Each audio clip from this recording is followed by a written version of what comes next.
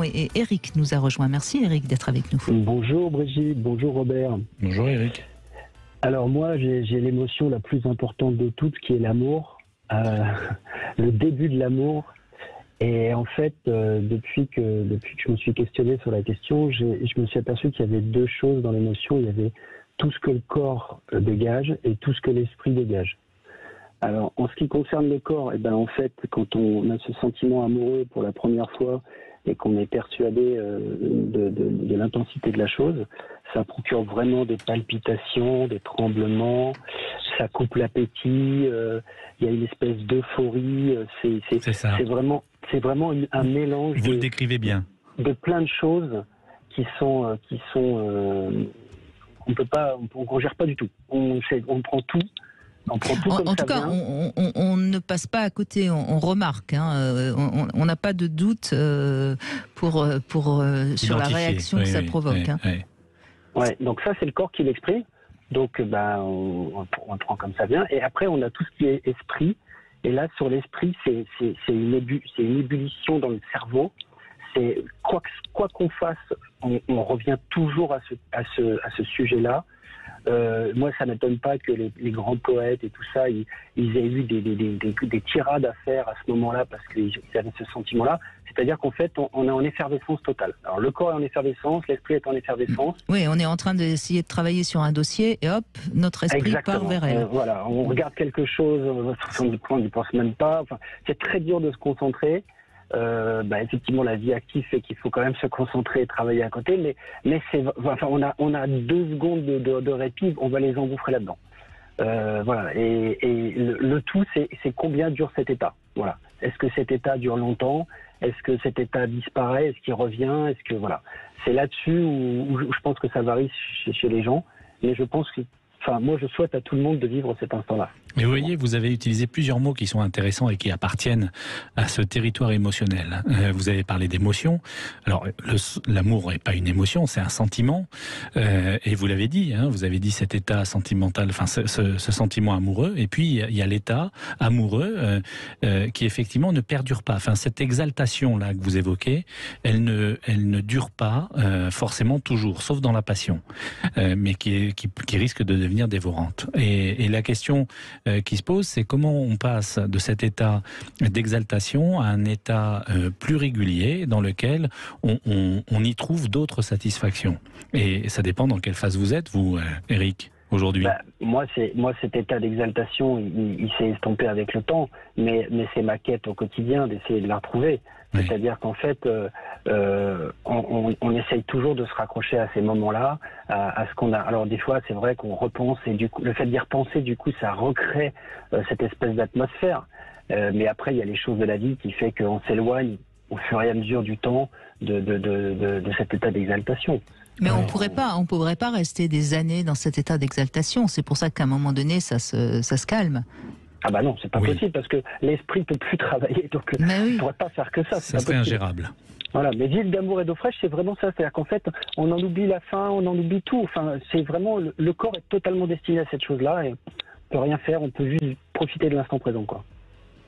Oui, mais c'est aussi un état très particulier qui s'estompe à partir du moment où on est nourri par l'autre, parce qu'en fait c'est le moment où on veut découvrir l'autre, on veut le dévorer, il y a quelque chose de cet ordre-là. Oui, de l'ordre de la possession, et qui veut dire possession ne veut pas dire que on détruit la liberté de l'autre, et c'est ça qui est parfois compliqué dans l'amour. On peut avoir tendance à faire une confusion. Mais ce qui est extrêmement précieux, c'est d'être capable d'éprouver cela sans se sentir perdu dans ce qui se passe. Il y a des gens qui se refusent à s'abandonner dans ce que vous évoquez là, Eric, de peur de perdre le contrôle. Et ils se privent de quelque chose de magique, bien souvent. Parce que c'est cette magie de l'amour qui crée cette fantaisie, qui crée ces choses imprévisibles qu'il faut savoir parfois accueillir pour les faire durer, en fait. Mais c'est un peu comme si c'était... En fait, je me dis, c'est un peu comme la récompense ultime. C'est vraiment que quand ça vous tombe dessus, vous avez, à la rigueur, vous dites, mais comment ça se fait que c'est moi qui ai le droit de dire ça? C'est un cadeau. Et c'est un cadeau. C'est un cadeau qui vous tombe dessus. Et c'est vrai que, en fait, bout d'un certain temps, comme finalement, on s'aperçoit que c'est 2 personnes et puis que c'est pas juste une personne. Finalement, le cadeau n'est plus un cadeau. Enfin, ça reste un cadeau dans le sens où sinon on se sépare et on s'en va. Mais on le vit plus de la même manière. Oui. En tout cas, vous en parlez très très bien. Moi, je trouve que c'est réjouissant. Oui, ça montre que vous êtes un grand amoureux, Eric. Oui, en tout cas, quelqu'un de connecté à ses émotions, qui accepte de les accueillir. Et c'est précieux parce que ça veut dire que vous êtes capable de vous faire ce cadeau à vous-même. Et on n'est pas tous capables de ça. Vous n'avez pas peur de l'amour, en tout cas. Voilà. En tout cas, de savoir accueillir les cadeaux. Et ça, il y a des personnes qui sont très gênées de recevoir des cadeaux. Ben justement, on va lui offrir un cadeau. Exactement. À Eric. Vous êtes d'accord, Robert Zuli ? Avec grand plaisir. On va vous offrir ce jeu des 7 familles qu'a fait Robert Zuli aux éditions Émotion Games. Merci beaucoup. Vous avez des enfants ou pas ? Oui, ils sont grands maintenant. Et des petits-enfants ? Pas encore, non, pas encore, à mon grand dame, mais ils sont pas pressés de faire des petits-enfants, et bon, la conjoncture actuelle et les soucis plus qu'autre chose, ce qui est un peu, c'est un peu dans l'air du temps, mais ça va venir, je leur laisse le temps, ils sont pas prêts, il faut être prêt pour ces choses-là. Vous avez raison de leur laisser le temps, parce que ça dépend pas de vous, en fait. Oui, non, mais puis en plus, voilà, encore une fois, ça sera un cadeau qui arrivera comme ça, quand on ne s'y attend pas, et je pense que c'est comme ça que finalement on l'apprécie le mieux, parce que, je veux dire, quand ça vous tombe dessus par hasard, c'est là où on apprécie le maximum, je trouve. Alors, vous voyez, ça revient à ce que vous parliez, ce que vous disiez sur l'état amoureux. Vous êtes quelqu'un qui est ouvert à la vie, qui est ouvert et vous faites pas des projections sans arrêt de ce que vous avez envie qui arrive, de ce que vous voulez qui arrive, etc. Et c'est formidable. Moi, je suis ravie de vous entendre témoigner, Eric, parce que c'est comme ça qu'il faut vivre.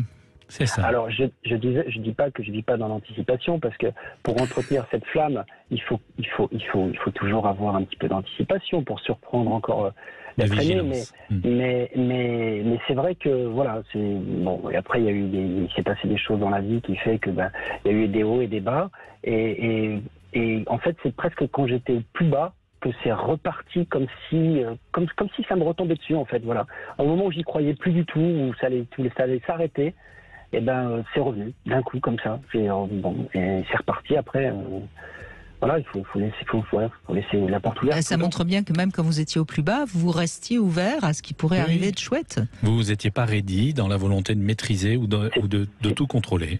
C'est tout à fait ça, en fait. C'est vrai que en fait, il y a eu une histoire d'adultère, et en fait, tout le monde symboliquement m'a dit de fermer cette porte et de passer à autre chose.